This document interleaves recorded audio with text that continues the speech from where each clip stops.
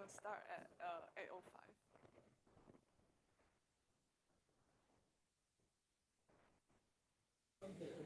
On Zoom.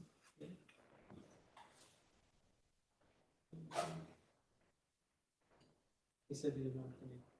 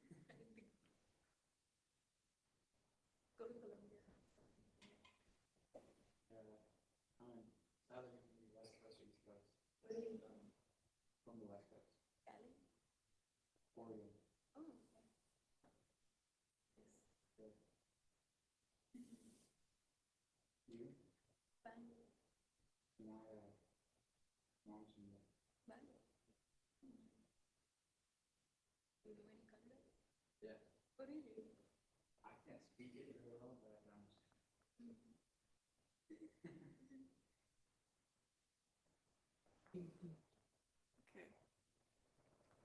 Hello. So, welcome to Recitation 9. So, Recitation 9 is about CTC decoding and beam search. First of all, what is CTC? So, CTC stands for connectionist temporal classification, and is like a type of scoring function for tasks of the output of a neural network, such that the input sequence may not align very well with the output sequence at every time step.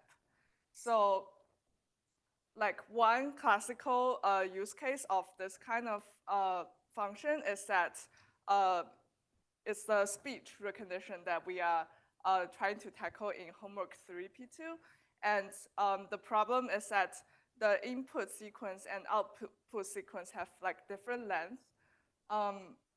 So where does CTC fit in the whole end-to-end training process? So first of all, we will have like the input features in the homework 3P2 is MFCC, and then we kind of extract and refine the features better using CNN, and then it's like the whole parts in between is like an ASR model, so we can pass it into a CNN and then like use RNN to extract some like global features as well. And then lastly, we pass like the features into a linear layer and then softmax to compute like a probability logits. And after we get this probability logits, so the probability logics would like have like the shape of like all the possible symbols and then across time steps. After we get this logits, we want to use CTC to decode the output logits into like the actual output of the phoneme sequence or like character label sequence that we want to obtain. So we can see that homework 3P2 tackles a problem that is kind of similar to homework 1P2, except in homework 3P2 problem, we only have order synchrony, but in homework 1P2, we have time synchrony of the output as well. So what does this mean? Order synchrony basically means that the target outputs and the inputs are aligned in terms of sequence. However, it doesn't have like one-to-one like time step matching that were given in homework 1P2. So like if you remember the data loader for homework 1P2, at every time step, the MFCC has a explicit label for the output phoneme, which is not always a case that we can get in terms of data sets. A lot of time, it's like very labor intensive to like label every single time step for the training purpose. So a lot of time we only have order synchronous instead of like time synchronous, and our model has to kind of implicitly do the alignment ourselves. So in homework 1P2, you can like treat it like so like we only use like MLPs for the classification, which leads us to lose some like global information that we could capture in the RNN that we just learned. So in homework 3P2, we'll make use of the RNs in our task. So now here comes to the question, how do we solve the problems of sequence-to-sequence tasks with only order synchrony? So the objective is that given a sequence of inputs, we want to asynchronously output a sequence of symbols. So like, for example, like in some of the time steps in between, we may not want to give it explicitly meaningful like symbol, so that if we combine the whole sequence output, it will give us the intended length of sequence output. But in reality, if you remember how like the RNN works, is that at every single time step, it will have a hidden state, and like also at every single time step, the hidden state is passed to the linear layer, and we will have like kind of a logics output at every single time step. So how do we want to like deal with this kind of outputs in between of the labeled sequences? The way we deal with this is like we create another symbol called blank symbol, which corresponds to the time step that doesn't really map to any phonemes. And when we do the decoding, we can kind of like compress this like blank symbols into like a sequence that has like a shorter length. So,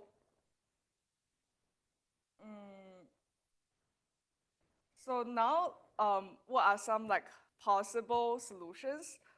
So given like a logic of like probability at each time step, one like most naive solution would be you can select the most probable symbol at each time step, and you can merge like adjacent repeated symbols and then like use that to come up with the final symbol sequence. However, this isn't the most probable sequence of symbols because like it's greedy and it doesn't like look into some like constraints that is imposed by our target output.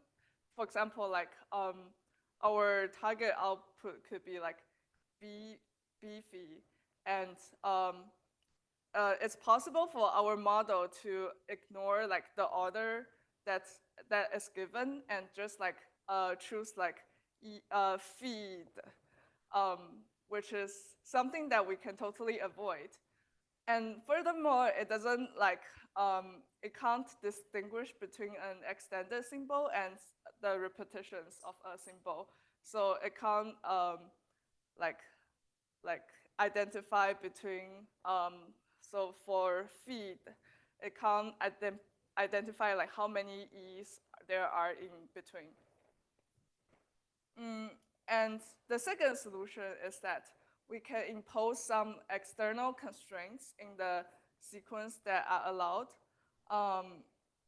So like in the first solution, we didn't really, so it's also possible that we predict something like hello because we then like cross out the possible, so, the possibility that the model selects the phonemes that didn't actually occur in our target output.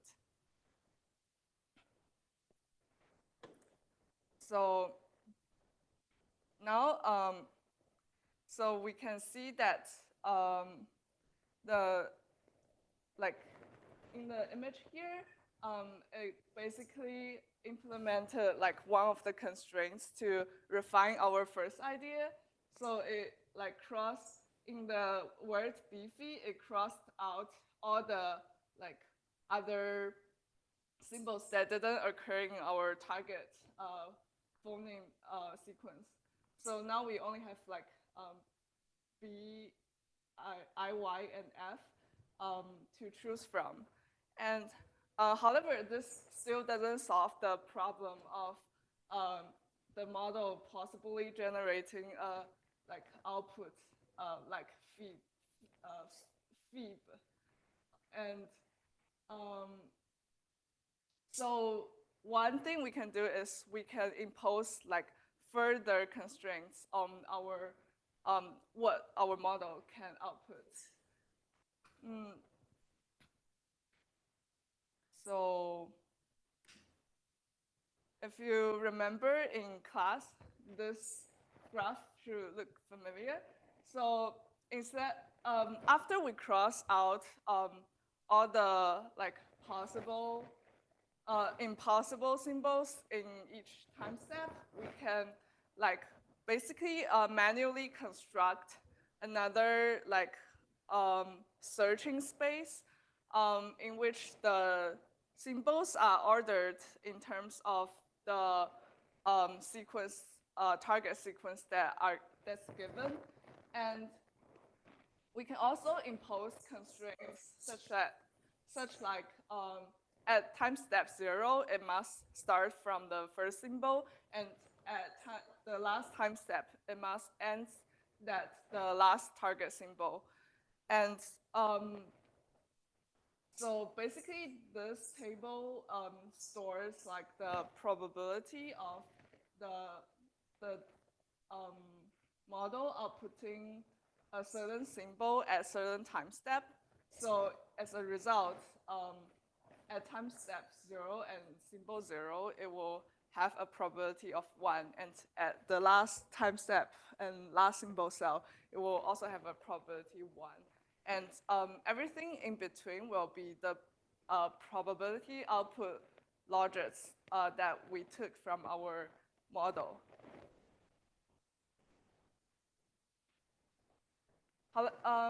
So after dealing with that problem, there is still another problem that we haven't addressed, which is how do we tell whether there's a repetition of a phoneme in our output? So for example, we have a decode that's RRROOOOOD, and it's difficult for us to tell whether this decodes into ROD or ROOD root. So what we can do is to introduce an implicit extra symbol which serves to separate the discrete versions of a symbol, which is like the blank symbol that we use in the both homework 3P1 and 3P2. So basically, if you see a like blank symbol in between two different distinct, if you see a blank symbol in like two different characters, you can ignore them. However, if a blank symbol occurs like here, it means that you can't like skip this blank symbol and like merge the two same characters together. So so now the like table of probability that we just construct, we also want to add like so at each time step, there's a possibility that the next symbol is a blank symbol. And we can add those rows into our probability table and then like do a search in this grid. So our final graph will look like this. And at time step 0, so like in between each like labels, we will have like a blank symbol. And also at the start, we don't necessarily have to start force our symbol to be like B at the first time step, because it could also be a blank symbol. And also at the last time step, it could decode to either a blank symbol or the final like symbol, which is F. I think in homework 3P1, the like edge cases might have been simplified, so you always assume that B has a probability of 1. But like if you want to like solve this actual problem, you can add an additional like source node that connects both the blank symbol and the first symbol at the time step 0, and then add a sync node at the end to connect the last two possibilities. So the like given this graph, we still have to kind of find how we like traverse this graph to get like the alignment that's most probable, right? So if you construct the edges in this way, you can only like traverse down in the order of the target symbol, basically. So this is like the additional constraint that we imposed. And we can see that there is a skip connection only between two symbols that's different, because if two symbols are the same, then we can't ignore the blank. We have to we have to traverse through the blank. So this is like the skip connection part in CTC decoding. And so in order to, our target here is to find the most probable path from the start to the end. So you can treat it like a dynamic programming problem on like a graph.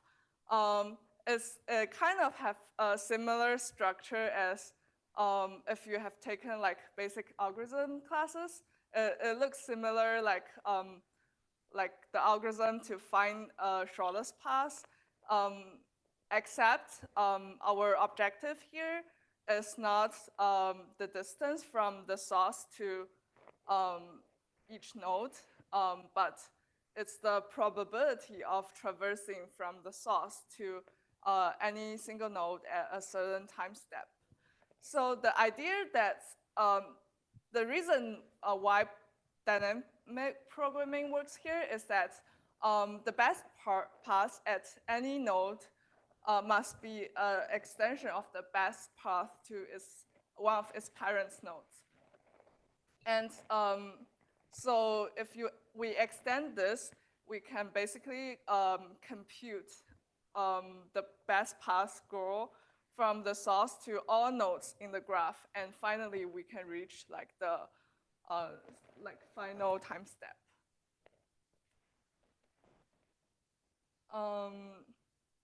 So the training procedure of CTC is that, so like we go back to the big image. So we first like set up the network, which has like CNN, like which is the ASR model that we introduced in homework 3P2. It contains maybe first like a few layers of CNN and then some LSTMs to extract global features. And then we get the probability largest output from it. And then we initialize to start off the training, we initialize network with a blank symbol at the start. And we pass the training instance through the network to obtain probability for all the labels and symbols. And then we can construct a graph based on this. Like we add the blank symbol in between, and then like use the probability of having a blank symbol at each time step to fill in this probability chart. And then we use dynamic programming and like CTC to calculate the forward and backward of CTC, and then we compute CTC loss through our like forward and backward, and like combine it into a like gamma, and then like So we can do like the back propagation easily because at each time step in our computation, the we are only doing like multiplication and addition to all the elements in our like CTC. So back propagation should be easy. You just have like do a for loop through everything and like either times or like add based on the reverse sequence in which we did the forward. Um, and then like we can update the parameters accordingly. I think the lecture has a very detailed pseudocode about the whole algorithm of CTC, so we will not repeat to introducing that in this recitation. So now Shikar can talk about the CTC decoding stuff.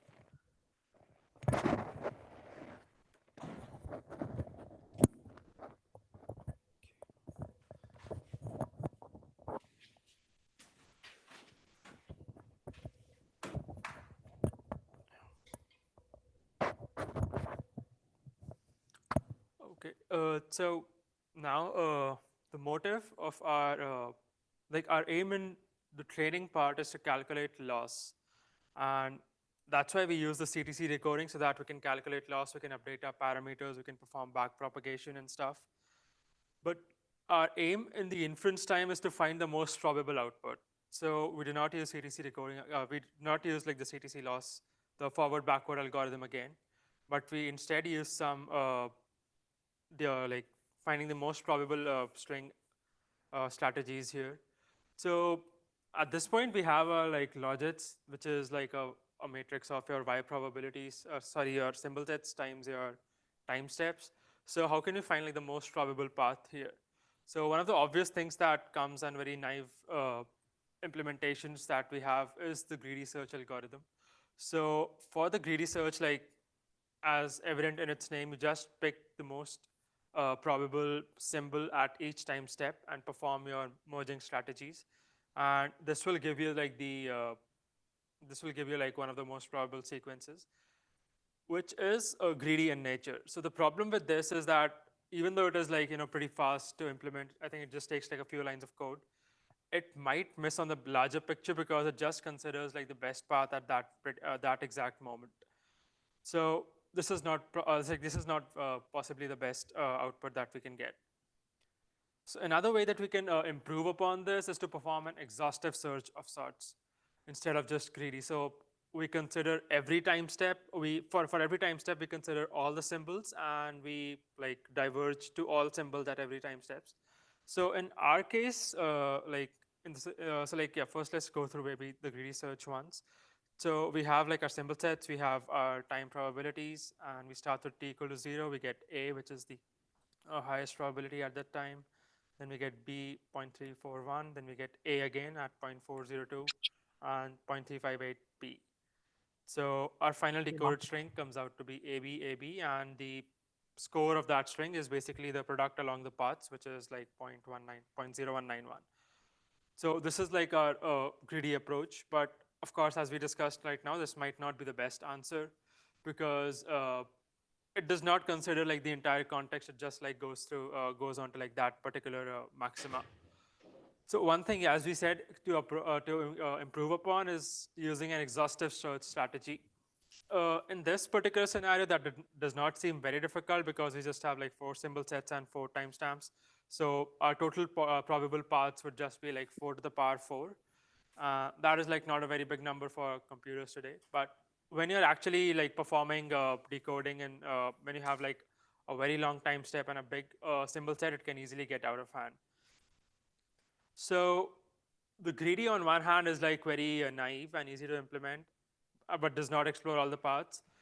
We are pretty sure that the exhaustive search will help us explore all the paths, but it's very computationally expensive. So there we introduce like the beam search, which is like kind of a suboptimal solution to find the most probable sequence, and it is kind of a trade-off between it's basically depending on your computation limits and your like exploration strategies. So it is kind of a trade-off between bringing down your computational cost low, but still keeping like more options at every step. So what basically happens in a beam search is that instead of just taking the argmax at every symbol, we explore the top k paths at every step and then diverge into all possible symbol sets. So yeah, let's go ahead with like a small example that we have. So for beam search, we just define a few parameters that we have: the sequence length of 4, the symbol set that is blank and ABC. And this beam width is a hyperparameter which you can use to which you can tune on your own set that you have. So we define it as 3 for this use case. So we start with like the very basic t equal to 0 step. Our initial scores are all 1, and we diverge into all possible paths at this point. So we get like for the first one, we get like like 1 into 0.140, 391, 197, and we get all our scores here. We apply the beam constraint that we have now, and we pick like the top 3 probable, like the best paths in this particular scenario, and then now we proceed.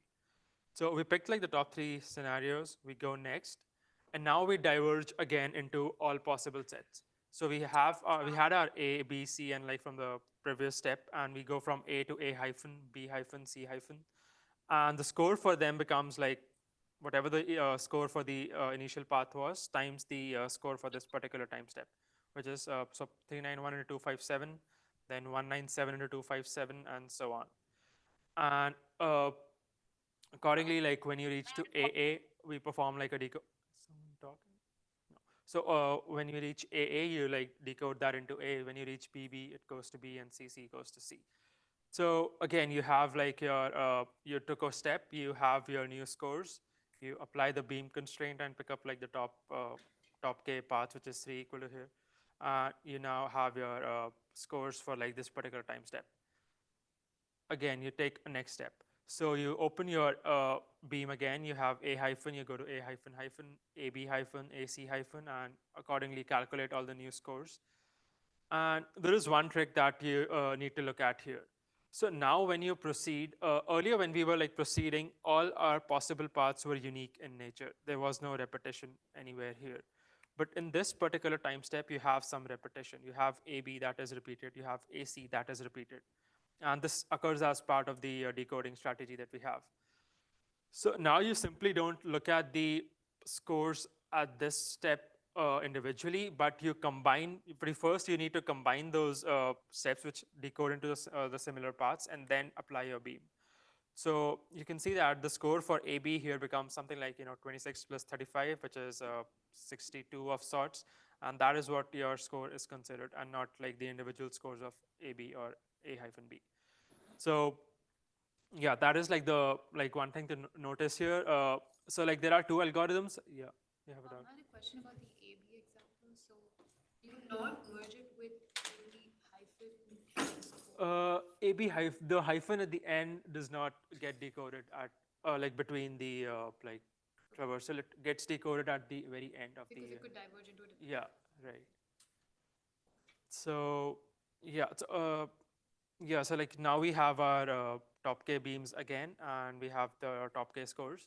So this merging like can be done in 2 ways. So one of the I think the uh, algorithms that are present in the lecture slides, they give you a more exhaustive and a more deeper code into how to perform like you first extend paths, then you do a separate merging step, then you do a separate like pruning step and everything. But it can also be done on the fly, which which we'll just see later, and it is like very intuitive and easy to implement as well. So yeah, we have our new paths and new scores here. We take a new step. We open ABA hyphen, ACA hyphen. And now, as you asked, like this, since we are on the last time step, which is like t equal to 3, we start pruning as well. So ABA hyphen turns to ABA, ACA hyphen turns to ACA. And accordingly, some of the other like possible paths, they are like pruned to like the actual like the eventual paths that they will follow. And here we can see that we again have a repetition of ABA, ABA, ABA thrice here, and AB twice here. So we merge their scores together. And now we see that the best paths are ABA, AB, and ACA. Professor, Yeah. engine station. Engine station. Engine. Yeah. Three It's engine. I don't have the Zoom controls, but can you please go on mute? If Where I'm going is close. sure if that is a question. Yeah, thank you. So yeah, now we perform the merging on the fly, and we have our new scores. So just to verify, we can calculate the scores of ABA, which is something like 20 plus 18, which is 38 plus something like an 8, 46, which comes out to be 46 here. And accordingly, you have your AB and AB that merges together to something like 22 plus 9, and that is 31. So yeah, so the hyphen here gets pruned as well because this is your last step. And uh, let's like just go over the algorithm once that we have here. So you start with your initial best paths, and you initialize your best path with a blank symbol and with a path score of 1. Once you have like that, you initialize like an empty temp best paths directory dictionary. Then for each of the time steps, you take out like the current probabilities that you can see here. And now you start expanding your beam. So for each of the current scores in your best paths, you expand to all possible symbol sets. And whenever you're expanding, there can be like 3 cases that occur as highlighted here, that the new symbol that you expand into is the same as the last symbol. And the last symbol is blank, or the last symbol is different from the new symbol and it is not blank. And these 3 cases need to be handled separately, and it's not very difficult to identify what is supposed to be done in either of the cases. And once you have like once you have like extended each of your paths, you will update your best paths with tempest paths, and clear your like you again initialize tempest paths and go back to your y probabilities. Another thing like just to notice here is that I say that you need to update your score. So some of the doubts that we were seeing was that people were like simply extending their path, decoding it, and just adding it to the dictionary. It is possible that your path is already in the dictionary. For example, if you are here, you might already have an ABA, and when you come here, you again find an ABA.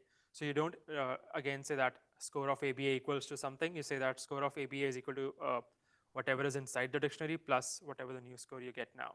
So that's why we call it update here.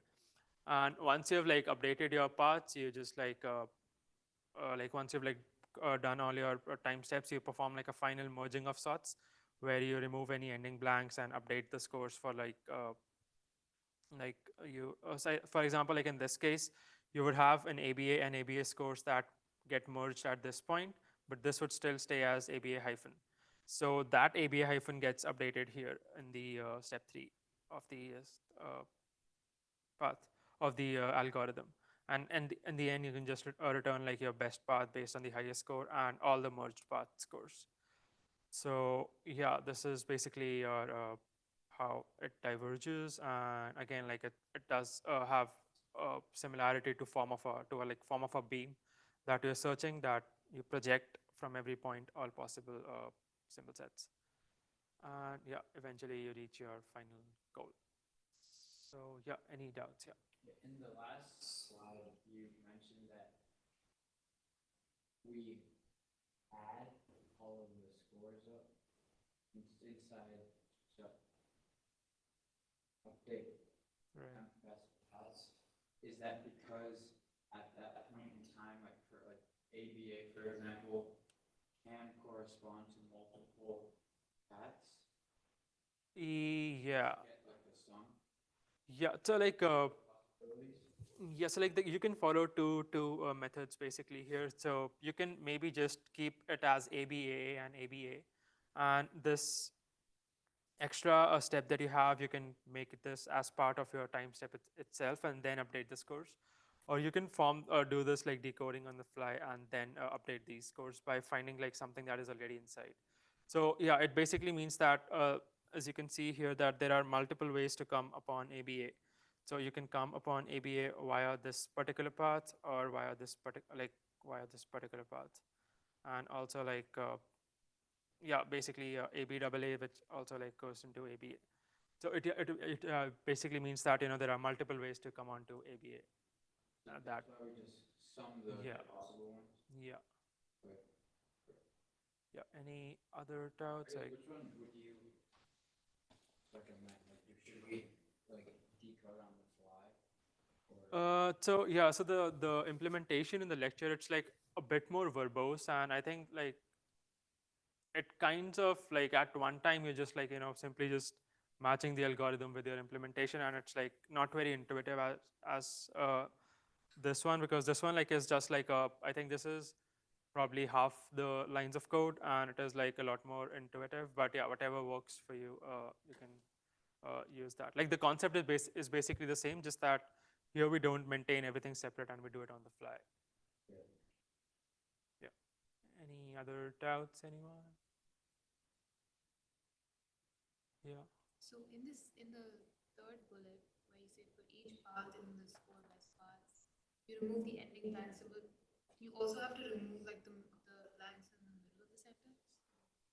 That you're like already doing on the fly. So when you look here, when you say that the last symbol of the path is a blank, then you need to handle it here. Like you do not extend it to the blank, but like you do something else. So that is already handled here. But then if we don't add a blank to the end of the path, then it can't diverge differently. So we have to add it. You're saying we have to add it after we update the correct score? You add it after you decode it in the. Could you repeat your question once? So like for the AB hyphen example that I was Mhm. referring to. So let's say you have AB and then the new symbol is a hyphen. Hmm. So now you have a hyphen as your last symbol, you're going to the next timestamp. Yeah. So if you have an AB and a hyphen, it comes into this case 3, because your last symbol is different from the new symbol, and it is okay. It is and is not applying. So the new symbol is the same as the last symbol on the path. I guess like you still like not at the end. You still like append it and continue. You do not like decode it right there. But when you're adding a new symbol and then there's a blank already, then you like need to handle it separately. Right, but then wouldn't you end up with sequences that have blanks in the middle? No, you will. If there's a blank, you need to like. Okay. So I think in the case too, you can see the last symbol of the path is a blank. If there's a blank, you basically you handle it separately. You just actually you take the path of -1 and you add like the new symbol directly to it. Unless it's a blank. Yeah. A blank to a blank comes into like case 1, because the new symbol is the same as the last symbol. So then it just stays as a blank. But in case 2, it gets replaced with the new symbol that comes in.